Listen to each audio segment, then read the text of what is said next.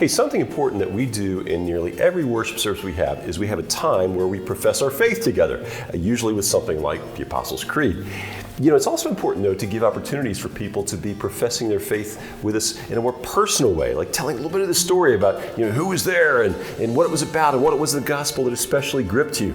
Especially this is important, I think, if you've never personally before publicly professed your faith, or maybe you did it a long time ago, but it's been kind of dormant for a while, and now you're just excited and new to be following Jesus.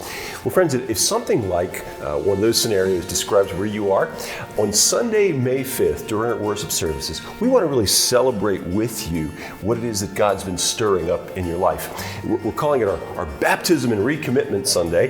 Baptism, because baptism is the sign in the New Testament that people receive when they first do profess their faith publicly. And so if you're seeking to follow Jesus, but you've never really declared that and received baptism, well, we would love to hear a little bit of your story and baptize you. And then commitment or recommitment. If you're someone you've been baptized, but you're kind of in a new place now where following Jesus is it's more of a real passion for you, and you just really want to celebrate that. Well, we're going to be glad to come alongside you in that as well that day. And with either of these, with baptism or recommitment, we'll do it in the worship service in kind of a more formal way.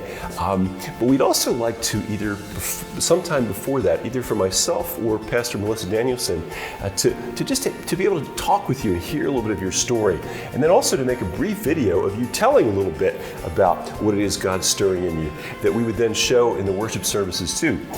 And you can find all these details on our website too, or you're welcome to speak with me or Melissa about it. On the one hand, being a follower of Jesus, it's a very personal, very individual thing. But it's so important and so life-giving, I think, also to have some fellow travelers, some brothers and sisters in Christ along with you to encourage you as you go on your way.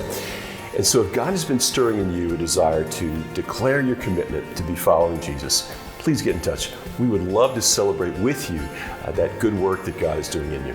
Thanks for your time today, friends.